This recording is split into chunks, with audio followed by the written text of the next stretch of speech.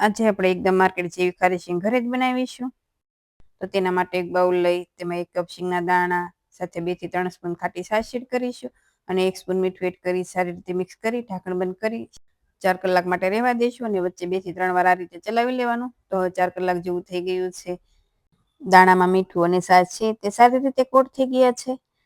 તો હવે તેને એક પ્લેટ લઈ તેમાં એડ કરી સારી રીતે ફેલાવી દઈશું અને આ દાણાને તમારે પંખા નીચે 5 થી 6 કલાક માટે રાખવાના છે અને જો સારો તડકો આવતો હોય તો તડકામાં પણ તમે સૂકવી શકો.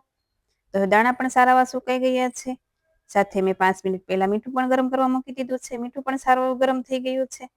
તો હવે ગેસની ફ્લેમ સ્લો ઉપર રાખી શીંગના દાણા એડ કરી 5 થી 7 મિનિટ જેવો શેકીશું એટલે શીંગના દાણા છે સારા એવા શેકાઈ જશે અને 7 મિનિટ જેવું થાય એટલે ગેસની ફ્લેમ બંધ કરીને ગરમ મીઠામાં જ દાણાને રહેવા દેવાના એટલે દાણા છે સારા એવા ક્રિસ્પી થઈ જશે.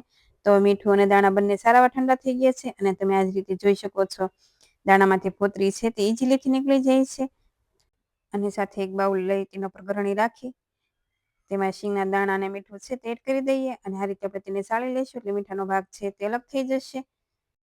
તો એકદમ માર્કેટ જેવી ખારી શીંગ પણ તૈયાર છે. આ શીંગને તમે એરટાઇટ બોટલમાં ભરી મહિના સુધી ખાઈ પણ શકો.